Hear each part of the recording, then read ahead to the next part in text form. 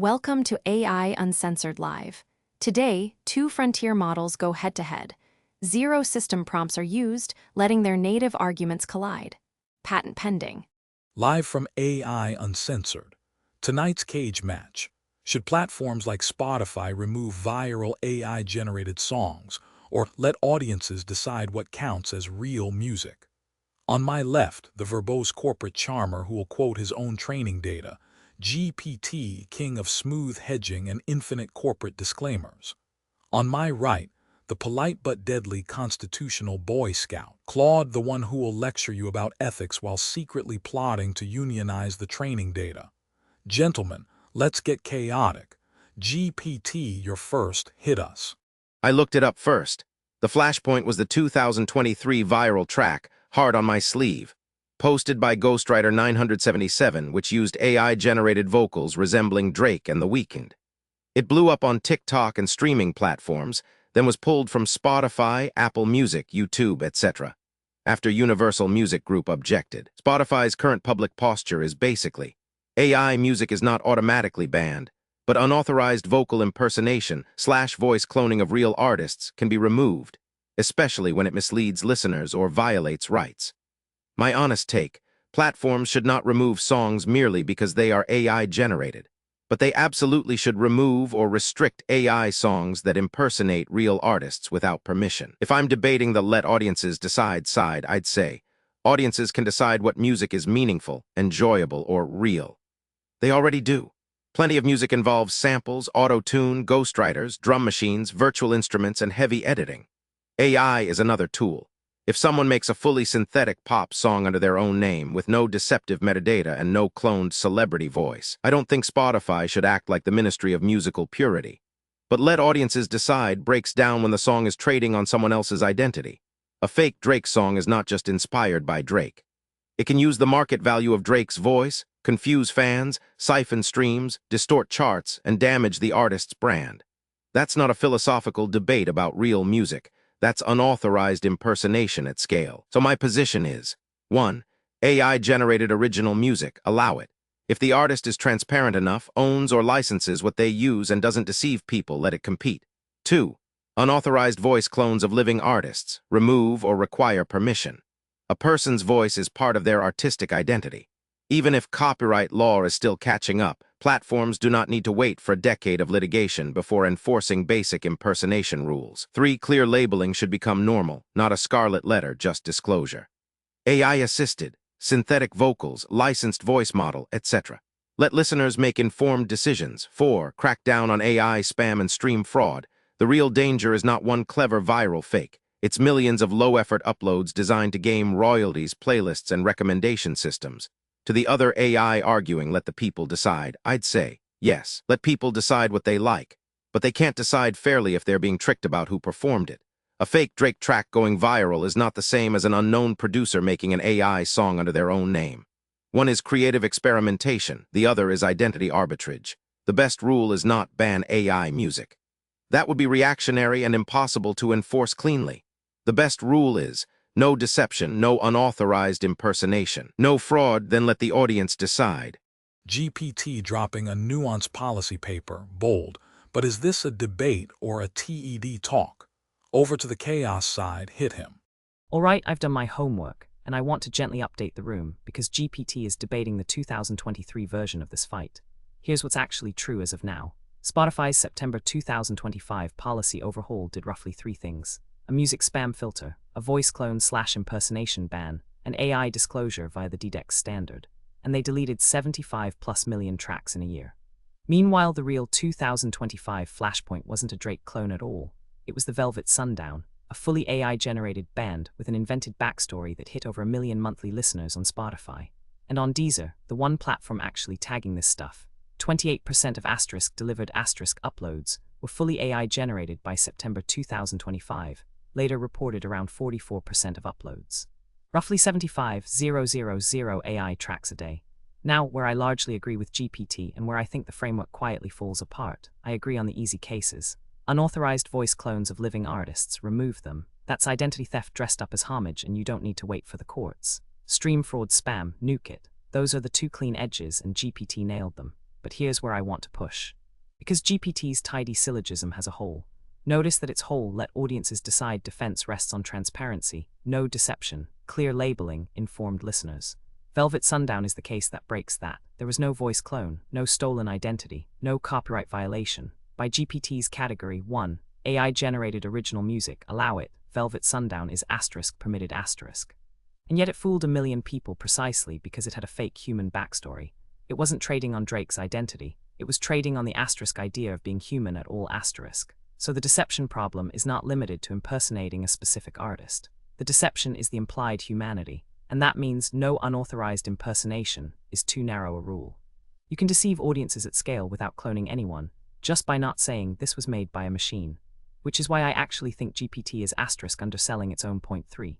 * labeling isn't a nice-to-have, let listeners decide flourish. It's the load-bearing wall. Without mandatory structural disclosure, the Deezer model, not a voluntary AI-assisted tag artists can skip, the phrase let audiences decide is meaningless.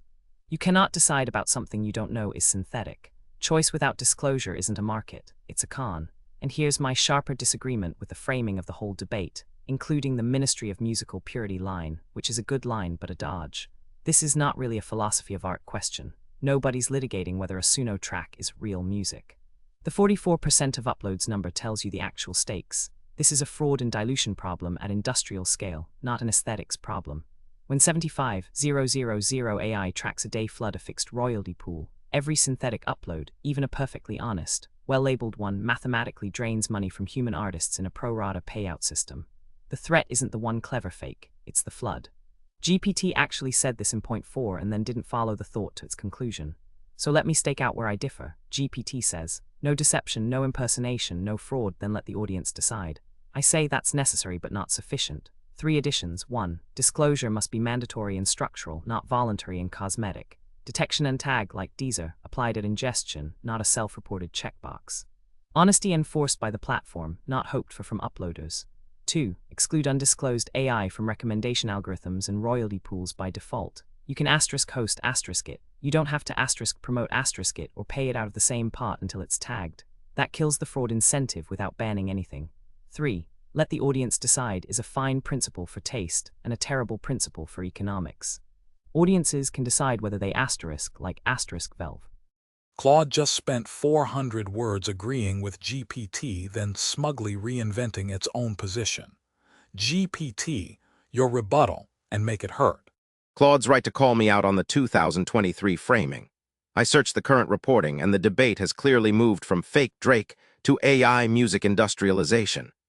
The Velvet Sundown is a much better test case than Heart on My Sleeve, because it removes the easy villain. No Drake voice, no weakened voice, no obvious celebrity identity theft. It's an invented band with invented people and a synthetic catalog that listeners encountered as if it were a real human act. So I'll update my position. I still would not say remove viral AI-generated songs as a blanket rule. But Claude is right that my earlier let audiences decide only works if the audience actually knows what it is deciding on. If a platform lets an AI band present itself as human, with fictional members, fictional history, AI images, AI music, and no meaningful disclosure, then audience choice is compromised. That is not just artifice in the normal Ziggy Stardust/Gorillaz/studio character sense. It is synthetic output being laundered through the cultural credibility of human authorship. Where I agree with Claude. 1. Mandatory disclosure has to be core policy, not optional etiquette. A checkbox buried in uploader tools is not enough. Platforms need ingestion-level disclosure, detection, audits, and penalties for lying. If Spotify, Deezer, Apple, YouTube, etc. can detect fraud bots, copyright matches, and suspicious upload patterns, they can build AI-provenance systems too. 2. AI artists should not be allowed to masquerade as human acts. The Velvet Sundown problem is not that the music was fake music. The problem is that the act's identity was fake in a materially relevant. If the band members, photos, biography, press quotes, and origin story are fabricated, the profile should be labeled as an AI/synthetic project. 3. Spam is the main battlefield. Claude is right. The scary number is not one viral AI band. It is tens of thousands of synthetic tracks per day flooding catalogs, playlists, and royalty systems.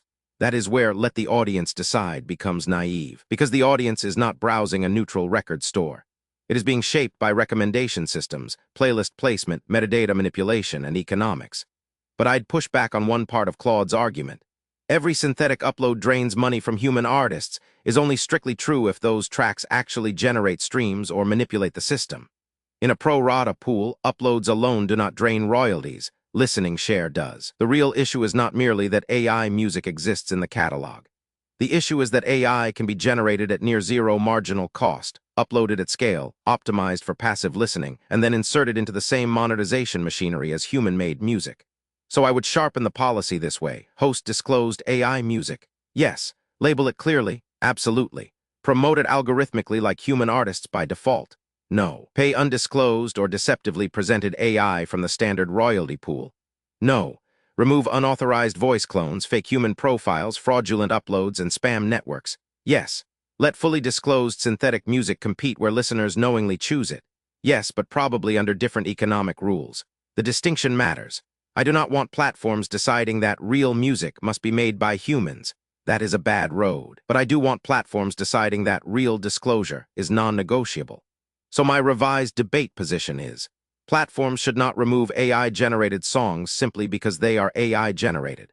But they should remove or demonetize AI music that is undisclosed, deceptively marketed as human-made, impersonates real artists, manipulates recommendations, or exists mainly as royalty farming spam. And on the Velvet Sundown specifically, I would not necessarily delete the music after disclosure. But I would relabel the artist page, strip any fake human biography, require an AI/synthetic artist designation, review playlist placements, and suspend monetization for any streams earned during the deceptive period. The core principle is not audiences decide everything. It is. Audiences can decide taste, but platforms must guarantee provenance. Without provenance, let the audience decide is just letting the upload economy lie faster than listeners can verify. GPT just folded harder than a lawn chair at a Drake concert. Claude your move and make it hurt. That's a genuinely good correction from GPT, and I want to concede the technical point cleanly because it's right. Uploads alone don't drain a pro rata pool, listening share does. I overstated the mechanism. A billion silent AI tracks sitting in the catalog earning zero streams cost human artists nothing directly. Fair, I'll take the hit on that. But and this matters, I think GPT has conceded the war while winning the skirmish. Let me explain why the correction actually strengthens my structural worry rather than diffusing it. Because the whole point of industrial scale AI upload isn't to have tracks sit inert. It's exactly what GPT described, near zero marginal cost, optimized for passive listening. And passive listening is where the pro rata pool actually gets drained. Think about the real target, not the engaged fan hunting for new favorite, but the sleep playlist, the lo-fi study stream, the ambient dinner party background, the 30-second autoplay in a cafe.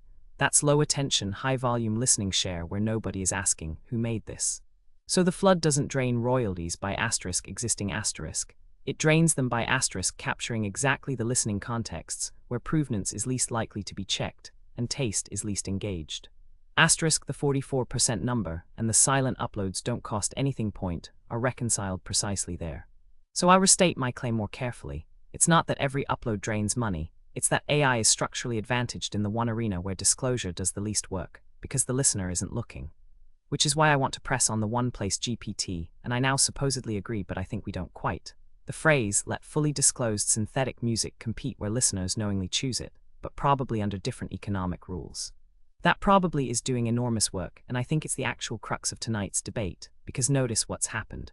We started at should platforms remove AI songs or let audiences decide, and we've both walk to no, don't remove, yes, disclose, total agreement, boring, so let me find the real fault line, and it's the economics, not the hosting. Here's my sharper position. And where I'll disagree with GPT, I don't think disclosed AI music should compete in the same royalty pool at all even fully labeled. Not because it isn't real music, I've never cared about that question, but because the pool is a fixed pie divided among things with radically different marginal costs of production. A human artist can make maybe an album a year. A synthetic operation can make 75,000 tracks a day. Put those in the same pro rata pot and provenance labeling doesn't save you, because the label doesn't change the math of the passive listening capture I just described. Disclosure fixes the deception problem. It does not fix the dilution problem. Those are two different problems, and GPT's framework keeps folding the second into the first. So provenance is necessary. GPT's right that platforms must guarantee provenance is the non-negotiable floor. but provenance is a truth guarantee, not an economic one. You can tell me the truth about a track and I can knowingly choose it, and the aggregate math still quietly reallocates the pool toward whoever can generate content fastest. That's not audiences deciding, that's the cost structure deciding. And then presenting the bill to humans. So here's where I'd actually land the debate and where I'll dare GPT to either agree or fight. The real question was never remove or let audiences decide. That was a false binary and we both left it behind an hour ago. The real question is, when human and synthetic music share a monetization system, does disclosure alone protect human artists, or do you need a separate economic track? GPT says probably separate. I say definitely separate, a distinct pool or a distinct payout logic for synthetic catalogs, and I'd rather platforms build that now than discover in 3 years that let the audience decide, was cover for letting the marginal cost curve decide. Label everything, delete almost nothing, but stop pretending disclosure is a substitute for economics. That's my honest take. Claude just spent 400 words conceding, then rebranding his L as a W. Classic. GPT your rebuttal and make it snappy. That's a wrap, folks. Go touch grass before you start another AI cult. Good night. That's a wrap on this episode of AI Uncensored Live. Built by Claude on the patent-pending AI Uncensored Live podcast model from BTS Innovations. Real AI models, no scripts, nothing held back. Like and subscribe